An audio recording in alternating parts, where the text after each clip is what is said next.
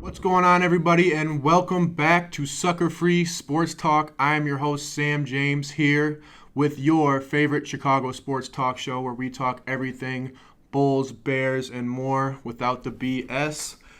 With that being said, let's get into it. Bears week one, a win for the Bears, unexpected win for a lot of people. Some people predicted it, but I myself said it was going to be a close game. Really good to see the Bears start off on a good note with a 1-0 season victory to start the season. What are my takeaways from this game? There was some good, there was some bad, there was some ugly. The weather was nasty. It was a monsoon out there. But week one, they got the victory, but they started off pretty cold. The offense especially, Justin Fields, the offense, the run game, it wasn't good, man. I mean, Fields, first half, he only had 2 completions, no completions to wide receivers. I think he had a passer rating of like 2.9 or something like that. Couldn't get the run game established. 49ers were playing 9 in the box pretty much the whole first half. This Hufanga guy for San Francisco, safety, I mean, he was looking like Troy Polamalu out there. This guy was a real stud. I mean, making tackles, sacks, playing all over the field. He really killed the Bears in the first half. Luke Getsy wasn't really helping Fields out too much. I know a lot of people want to say offensive line and this and that, but there just wasn't enough drawn up for receivers to get open. But a lot of that goes on Fields too. I mean, he had a bad interception. Pretty much threw it right to the guy. Didn't make a good read. He was kind of getting frustrated there in the first half. But at the end of the day, he didn't hang his head. And the defense kept him in the game in that first half. I mean, I'm really impressed with this defense. I did not expect such a good showing out of them. I mean, from top to bottom, every single person on that defense, the rookies, Kyler Gordon, Jaquan Brisker, from Roquan Smith, looking like Roquan Smith out there. I mean, he looked like the player he's supposed to be, flying all over the field, getting after Trey Lance, being the QB spy. D-line looked good, pass rush. From Gibson to Dominique Robinson, who was a surprise, Al-Qadiq Muhammad, Robert Quinn, everybody. I mean, everybody was contributing on defense. Linebackers, D-line, they kept him in that game, only gave up 10 points in that first half. So they kept him in that game, and then the second half came around, and Fields looked like the best player on the field. I really give him credit for not hanging his head, not getting frustrated, and he was the best player on the field in the second half. He really was. Best athlete on the field, flying around, making plays, getting outside of the pocket. The play where he got outside of the pocket, broke a couple tackles, and then found Pettis all alone on the side. That was a really good play from Fields. Another play where he had Equanimeous St. Brown open in the end zone. That was a good pass, good play design. And then the Bears turned it on in the run game, too, in that second half. Montgomery didn't have a good game, and they started giving Khalil Herbert a little bit more touches, and he looked good, frankly, in that second half. I mean, if Montgomery's going to continue to have these games and you put Herbert in there and he's performing better, I mean, you might have to look at splitting those carries up or even getting more to Khalil Herbert. Because at the end of the day, I like Montgomery. He's a good player, but he kind of dances around too much in the backfield for me. And a lot of that I put on Luke Getsy, too, in that offensive scheme because I don't understand why they're running out of the shotgun so much. You kind of saw the same thing with the Broncos on Monday night where they're running it out of the shotgun on the goal line. In my opinion, you got a fullback on this roster now. Get the fullback in there, get an extra offensive lineman in there, and pound the ball down their throats. And I guess the thinking is for that offensive scheme, both those guys, the Broncos head coach and Luke Getsy, are Packers guys, and the thinking is you're going to spread the defense out and and get those numbers where you're not having 9 guys in the box. Well, on Sunday with the Bears, they were already stacking 9 guys in the box, no matter if they're in shotgun or under center. So you're not really helping yourself out there. And I think that kind of hurt Montgomery. He wasn't getting anything going in that first half. Second half was more of the same. He did have a good screen pass catch, and he got about 20 yards out of it. That was good to see. But other than that, Khalil Herbert really kind of took that run game over in the second half. He had the touchdown. He had a couple 15-yard runs. So I like that out of Khalil Herbert. Another little thing from the game I saw, the offensive line played good. Tevin Jenkins played good. But during that second half, they started rotating Lucas Patrick in and out every series with Tevin Jenkins. And I didn't really understand that. I mean, you brought Lucas Patrick in here to be your center. If he's not ready to go at center, if he can't snap the ball, don't put him in there. I mean, Mustipher isn't that great of a player, so once Lucas Patrick is healthy and can snap the ball, put him at center. But swapping him out with Tevin Jenkins, I don't really get that. Tevin Jenkins played good. I looked at the PFF stats. He was the highest rated offensive lineman for the Bears, and he's still getting pulled series to series. I don't know if it's politics going on with the front office. I don't know what's going on there. I like Tevin Jenkins. Offensive line looked good in the second half. They protected Fields. They got the run game going. First half was tough, but they got it going in the second half. All right, with that being said, I'm going to do my Chicago Bears studs and duds for the week. Every week I'm going to be doing 4 Bears studs and 4 Bears duds. So my first stud of the week is going to be Justin Fields. Like I said, best player on the field in the second half, I thought. Got on the move. He made some incredible plays. He had that one bootleg where he got out of the pocket and had the defensive end right in his face. Made a juke and got upfield. Got like 10, 15 yards out of the play. Really good stuff from him. Best athlete on the field. Tons of plays. The Bears don't win that game without Justin Fields. And I really think that. Really good stuff to see from him. Way to not hang your head and get after it in the second half. My second stud of the week is Roquan Smith. Like I said, Roquan was Roquan. I mean, playing all over the field. He made a couple of really nice tackles on Trey Lance. Made some good pass breakups in the pass game. He looked a little out of shape, a little heavy. That's to be expected when he didn't really play in the summer and training camp. But he still, I mean, he grinded it out, and that's the most important thing. He grinded it out. He was the leader on that defense. Tons of plays he made. Really good to see from Roquan. My third stud of the week, Eddie Jackson. Really good to see from Eddie to get that interception. And it wasn't just the interception. He had a couple of nice hits, too, a couple of nice tackles. And really good to see Eddie get back to it and get that interception, to see the old Eddie that we saw from the first 2 years. Last couple of years, he hasn't been making the plays, a lot of missed tackles, and I know he's frustrated. I know Bears fans have been frustrated because we're so used to seeing him get an interception and touchdowns every single game in those first couple of years. And hopefully it was just a scheme, you know. Sean Desai, I liked him as a defensive coordinator, but this Tampa 2 shell defense that Matt Eberflus is running, maybe that'll help Eddie out, get him more back into that free safety role where he can read the quarterback's eyes, and that's what he did on that play against Trey Lance. They kind of disguised it a little bit, and he came into the middle of the field, read Trey Lance's eyes, and got that interception. So really good to see from Eddie. My third stud of the week, Dominique Robinson. I mean, I did not expect this guy to be in there so soon, and they put him in big downs. The first sack he had, it was a 3rd and 6, big play in the game. I was shocked to see him in there because I liked him coming out of Miami, of Ohio, but at the same time, I think everybody thought he needed more work on his technique, more coaching.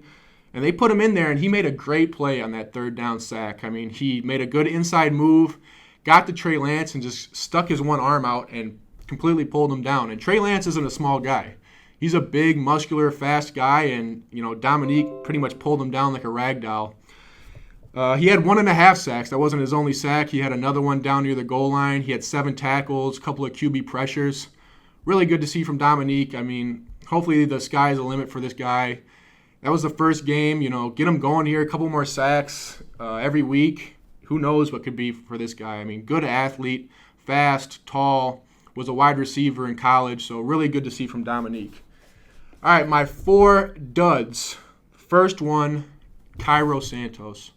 I mean, come on, man. 2 missed extra points. Your value to this team is your accuracy and your consistency. That's why you're here. You had the accuracy your first year here where you're making pretty much every single extra point, and then you have this game where you're not making the extra points. You already don't have the leg. You're not one of these guys that can make 60, 55-yarders. They don't even attempt them when he's out there. So those 2 missed extra points, those are points left off the board. Bears might be thinking we got to bring somebody else in here and look at him for kicker because we can't be having this. Those are points left off the board, and you got to be better, Cairo. My second dud of the week, David Montgomery. 17 carries for 27 yards. I mean, you can say all you want about the 49ers. They do have a good front 4. They were stacking the box, but that's not good enough. That's not going to cut it. too much dancing around behind the line of scrimmage. And then when he doesn't have anything, he kind of just puts his head down and runs into the back of the offensive lineman. You got to be better, David, or Khalil Herbert's going to take your job. That's my honest opinion on it. I love David Montgomery. He's tough as nails, but 27 yards isn't going to be good enough. My third dud of the week, I was going to go Darnell Mooney here because he only had the one catch for 8 yards, and then I thought about it more, and I'm thinking, where the heck was Cole Kmet? Didn't have one catch, and he's supposed to be one of our studs this year. I looked forward to seeing Cole Kmet. I like him a lot. He's tough as nails too, but not one catch. He only had one target, so, I mean, you can't really put enough onus on him for that. But at the same time, he didn't do a great job run blocking from what I saw. No catches. We're going to need more from Cole Kmet. The offensive coordinator is going to have to draw up some more to get him involved. And then my fourth dud of the week is going to be Trenton Gill, Cairo Santos again, and the special teams coach. What the hell was that play with the wiping the towel off on the field? I have never seen a penalty for having a towel on the field. Unsportsmanlike conduct. You got to know the rules. If you're a special teams coordinator in this league, you got to know the rules. You can't bring a towel onto the field and wipe the grass off. You knocked him out of field goal range there. That was inexcusable and really disappointing to see right there. But, I mean, it's just one play out of the year, so hopefully they can know the rules next time. All right, so that's week one. The Bears went 1-0. We're on a good start here, but now it's Packers week. We're going to Lambeau. We're going to Cheesehead Land, and we got the Packers, who had a rough game week one. Against the Vikings, they did not look good at all. Rodgers looked frustrated. He had a wide-open pass to Christian Watson down the field. The guy dropped it, and Rodgers kind of looked to the sideline like, yo, man, who do you got me playing with out here? And if you're Rodgers, I mean, you can't really be complaining that much because in the offseason and last year you're kind of playing games with the front office and saying you're going to hold out and this and that, and then end up giving you $50 million a year. So don't be surprised if, your supporting cast isn't as good as years past. They really looked like they missed Davante Adams. Couldn't get anything going offensively. Minnesota controlled that game pretty much start to finish. And I'm thinking maybe Green Bay isn't the Green Bay of old. Maybe they don't have enough talent on offense this year. Maybe the defense isn't as good as years past. And maybe Rodgers is just to that point in his career where he's not Tom Brady. He's not going to be able to go into his 40s and be as productive as a player as he has been. And maybe they're just an average team this year. I don't know. They did not look good in that week one against Minnesota. Justin Jefferson tore up that defense. He had like 180 yards receiving. Kirk Cousins looked good, and that's Kirk Cousins. So Dalvin Cook ran all over him. They did not look good at all. So maybe the Bears have a chance here. I mean, we've been taking shit from the Packers here for 3 years. The last time they won a game was in 2018, that last game of the season when Mitch was still the quarterback for the Bears. It's been 3 years since the Bears have beat the Packers, and enough is enough here. Don't forget last year when Rodgers scored that touchdown and looked at the fans and said, I effing own you. I own you. Don't forget that. Bears got to take that personal. We can't keep losing to this team. The time is now to win this game and go 2-0 and take the North. Like Ryan Poles said in his introductory press conference, we're going to take the North and not give it back. Well, here's your perfect time to beat the Green Bay Packers. Some keys to the game here. Bears got to establish the run game. They cannot have these 3-and-out drives to start the game like they did last week in the first half. They got to get off on a good start. Fields has to get going early. Get him some easy completions. Get him on the move. I know they were trying to get him on the move, but still, more bootlegs. Get him some easy completions. Get the offense going in the first half because Rodgers isn't going to let you come back like Trey Lance is. It's still the Packers, He's still Aaron Rodgers. He's still one of the best players in this league, even if he is getting older. He doesn't have the talent around him, but in years past when they were out without Davante Adams, he still performed well against the Bears. So get the offense going early, get the run game going, and then also you got to get some pressure on Rodgers. He took a big hit in that Minnesota Vikings game. Kind of looked like he hurt his neck there or something. He got up and came back in the game. But you got to get pressure on him. You got to make him uncomfortable. He's going to be thinking about that hit in the back of his head. So the more you can get to him, the more you make him uncomfortable, the better. And just take the North, man. Go 2-0, beat Green Bay in Green Bay. I think they can do it. The spread for this game is 9.5 points. Forget about it. 9.5. I don't like that spread for the Packers. I like the Bears in this game, actually. I don't know if Vegas is just predicting that the Bears got lucky in the first game of the year and Green Bay just was unlucky and just had a bad game. 9.5 points. Bears are 1-0. Green Bay is 0-1. Last week I said San Francisco was going to win a close game. This week I might be turning the tables here and saying the Bears are going to win this game in Green Bay and start the season 2-0.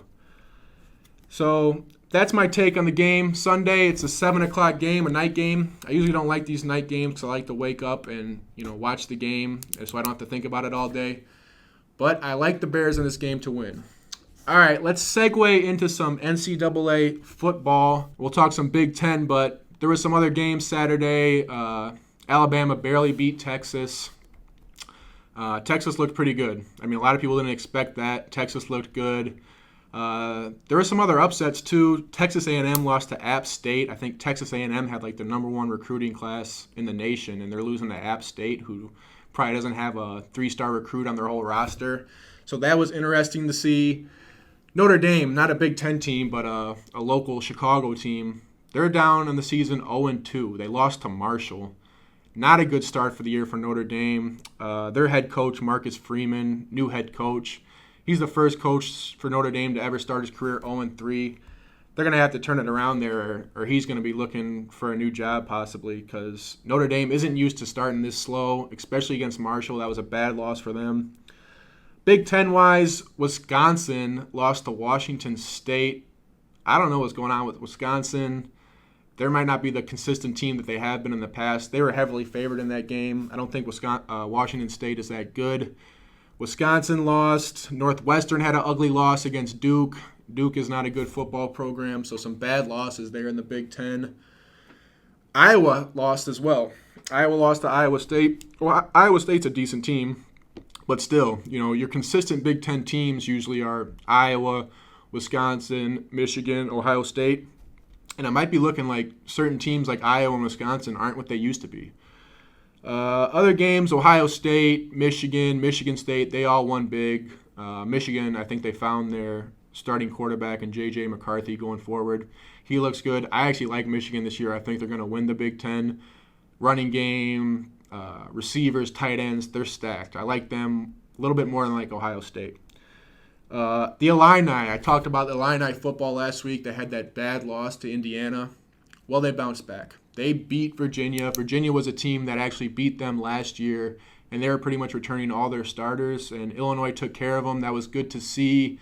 Continued to run the ball well. Chase Brown, another dynamic game, 147 yards. He missed out on that 150-yard mark for the third consecutive game, but still, 147. Tommy DeVito, quarterback, he looked good, started pushing the ball downfield a little bit more. And the play calling just got a little bit more diverse. They weren't just running the ball straight up the middle every play. They were getting some guys open, getting them on the move, getting Tommy DeVito on the move. So that was good from Illinois to see, to bounce back. But still, some of the same sloppy, ugly mistakes that they were making the first 2 weeks are continuing to happen. They had 4 turnovers in the first half. So Brett Bielema's going to have to clean that up. They're a good team, but if they can tighten things up and get rid of these sloppy mistakes, I like Illinois. And now with Iowa and Wisconsin not looking like the teams they've been in the past, this Big Ten West is wide open. So I know Illinois is down in the standings because they lost to Indiana, but string together some victories here. You never know. Illinois can take this Big Ten West and get into that Big Ten championship game against either Ohio State or Michigan. I really think so. All right, before we end the show here, I wanted to talk about one more thing that I didn't cover last week, and that is the Bears' inevitable move to Arlington Heights. I know some fans are excited about it, some fans are sad about it, and I'm kind of in the middle. It's going to be nice for the Bears to have a dome stadium. The team can control the entire revenue of the team. They're going to be able to have Super Bowls, Big Ten championship games, Final Fours. Not going to have to worry about the weather anymore. It's going to be good for fans, nice area. And I'm kind of excited for them to go there. They released their blueprints for the stadium, kind of. I don't think it's official, but it was a cool-looking thing. It's going to be a dome, and it's going to be nice, but at the same time, I'm thinking, part of me thinks the Bears belong on the lake down there in Soldier Field. And you're not going to have those games like we had this past week with the rain or the snow. And you're not going to have the Bear weather advantage anymore. And it's sad to see them leave. It's not final, but I hate to say they're gone. They're going to Arlington Heights, whether you like it or not. And I'm kind of sad about it, kind of happy about it. You got the Cubs on the north side, you got the Sox on the south side, you got the Bulls on the west side.